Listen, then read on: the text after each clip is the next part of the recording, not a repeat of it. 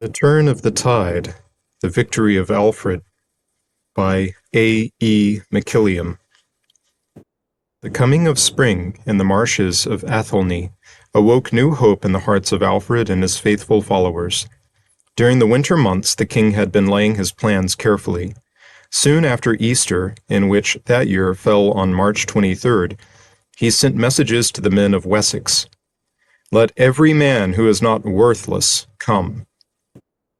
First, many people refused to believe that this summons came from the king, whom they had supposed dead or fled over the seas. Everywhere throughout the country the Danish arms had conquered, and the peasants, too much dispirited to make further resistance, were turning to Odin and Thor, the gods of the pagans. During that dreary winter, the English had given up hope of happier times, and it would be a hard task to rouse them once more to fight for the deliverance of their country. To many, a renewal of the struggle seemed but a forlorn hope. All this the king knew, yet he never despaired. The place appointed for the rendezvous was near a huge rock known as Egbert's Stone, now Brixton, lying in a secluded grove east of Selwood Forest, which at the time formed the boundary between Devonshire and Somerset. Alfred knew that this place would be reached easily by forest paths unknown to the Northmen. Early in the month of May 878, the king left Athelney with the little band of those who had remained loyal to him, and rode to the place of meeting. With him rode Ethelnoth, alderman of Somerset, who, with a small force, had joined the king at Athelney. On reaching the place of meeting, Alfred ordered the golden dragon of Wessex to be unfurled above his tent, and in the evening beacons were lighted on the neighboring hills. The king's courage did much to sustain his weary followers, though a rumor had reached them that few troops would rally to the royal standard. Events were to prove, however, that Alfred had not hoped in vain, for the certainty that he was still alive was sufficient to fill the men of Wessex with renewed courage. During the days that followed, one after another of the nobles of Somerset, Wiltshire, and Hampshire arrived at Egbert's Stone with their men, and placed themselves at the king's service. When Alfred appeared among them to review the assembled troops, he was greeted with loud shouts of welcome. The sight of the hero king, whom they had supposed dead, awoke all the old enthusiasm in the breasts of the soldiers. It seemed as though they could never gaze on him long enough to satisfy their eyes. Once more, his matchless courage inspired them to heroic deeds, and they were ready, as of old, to follow him to death. When Alfred addressed to them a few words of kindly encouragement, expressing his confidence in their loyalty, cheer after cheer echoed through the forest. Yet the army mustered was small compared with that of the Danes, and Alfred knew that his only chance of success was to take the enemy by surprise. It was agreed that they should advance immediately on the Danish camp, not by the high roads, which were probably watched, but by less frequented ways through the forest. Their first day's march brought them to Iglia, now Westbury, in Wilts, where they encamped for the night. At daybreak on the following morning they continued their way, a march of 6 miles, bringing them in sight of the Danish camp. The enemy lay encamped on a hill at Ethandune, now Eddington, in Wilts. An attack from the conquered and dispirited Saxons was the last thing they expected. So when the Saxon army, led by the great king himself, suddenly appeared around the bend on the hillside, the terrified Northmen could scarcely believe their eyes.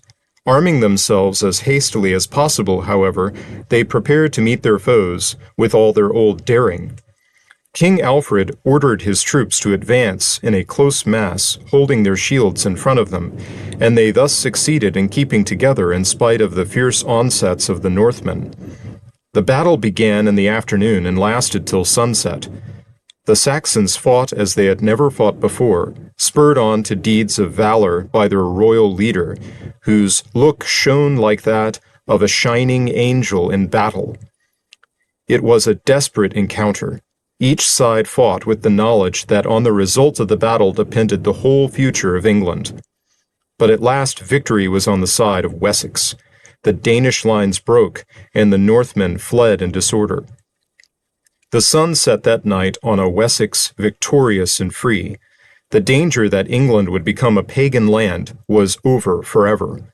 Many Northmen were taken prisoners, and many more were slain. The rest fled from the battlefield. The men of Wessex followed up their success by a swift pursuit. The fugitives reached a fortress which is believed to have been on Bratton Hill near Edington. Into this stronghold they threw themselves and were soon surrounded by the victorious Saxons. For 14 days the siege continued. The Northmen had given no time to lay in provisions, and they were without hope of help from without. Vanquished by hunger, cold, and misery, the Danes soon implored Alfred to raise the siege. A message was sent to the king from Guthrum, the Danish leader, humbly offering to agree to any terms which the king might grant. The great king, touched with pity for his enemies, in spite of the wrongs they had done him, consented to relieve them. This time he knew that they had been too badly beaten to break their oaths for a long while to come. Alfred took as many hostages as he pleased from the Danish army, though they did not require any from him. To show still further that he was sincere in his wish to make peace, Guthrum declared that he wished to be baptized as a Christian. Most probably, his reason was that the god of the Saxons had proved stronger than Odin, and he wished to serve the more powerful god. But his request also meant that he and his followers wished to give up their wild life and to settle down in that part of England which was still theirs by right of conquest. King Alfred was filled with joy on hearing the news. He at once withdrew his troops to the village of Aller in Somerset, and allowed the Danes to issue from their fortress to seek supplies. 7 weeks after the Battle of Edington, Guthrum, with 30 of the Danish chiefs, arrived at Alfred's camp at Aller to receive baptism. It must have been an impressive sight when Guthrum and his 30 bearded warriors knelt at the baptismal font. In the church of St. Andrew at Aller, there is still shown a very ancient Saxon font, in which, according to tradition, Guthrum and the 30 Danish nobles were baptized by Ethelred, Archbishop of Canterbury. King Alfred stood godfather to his old enemy Guthrum, who received the Christian name of Athelstan. Following the custom of the time, bands of white linen, called the chrismail cloths, were bound round the heads of the newly baptized Danes, and were worn for 8 days. After the ceremony, the Danes accompanied Alfred to Wedmore in Somerset, where the king had a summer palace, and where he had ordered the Witan of Wessex to assemble. There the Danes were most honorably entertained by the king for 12 days.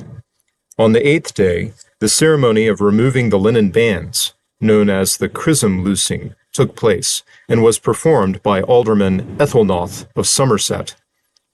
The next step was the drawing up of an agreement, known as the Treaty of Wedmore, between Alfred, the West Saxon Witan, and all the people of Wessex on the one hand, and Guthrum, his army, and all the Danes who had settled in East Anglia on the other. In making this treaty, Alfred set aside his own ambition and acted for the good of his people, who had suffered much from the long wars. By continuing the struggle, he might have made himself king of all England, but he knew that peace would be the greatest benefit he could bestow on the land. In Northumbria, East Anglia, and Mercia, the Danes had now been settled for many years, and the noble-hearted king, instead of thirsting for revenge for the wrongs they had done him, consented to allow them to remain there. A frontier line was drawn between the country ruled by the Danes and the kingdom of Alfred. This line answered in the main to Watling Street, the old Roman road which led from London to St. Albans, and continued in a northwesterly direction to Wroxeter near Shrewsbury. It was agreed that the Danes should hold Northumbria, East Anglia, and the northern half of Mercia, while Alfred ruled in the southern half of Mercia, Wessex, and Kent. The Danes living in these territories were to have equal rights of justice with the English, and the penalty for injuring an Englishman or a Dane was to be the same. Soon after this treaty, the Danes went to Cirencester in Gloucestershire, where they were allowed to winter, though the place was within Alfred's territory. Before their departure, the generous king loaded them with presents. Some accounts state that all the Danes who refused to become Christians set out for Gaul under the leadership of Hastings, a great sea king. In the part of England where the Danes settled, many of the inhabitants at the present day are descendants of the old Vikings, who were once such fierce enemies of the English. Their part of the country became known as the Danelaw, because the Danish law prevailed there. You may know where they lived by looking on a map of England for the names of places ending in by, which was the Danish word for town. Thus, Kirkby, Derby, Grimsby, etc., were Danish settlements, while the words Ham, Thorpe, and Tun mark Saxon names. Alfred was too prudent to seek to change the laws of that part of Mercia, which now fell under his rule. He allowed the Mercians to have their own Witan, as they had in the time of King Burred, and appointed as alderman Ethelred, a nobleman of the old kingly house of Mercia. To him Alfred gave in marriage his eldest daughter, Ethelfleda, who must at that time have been scarcely 10 years old.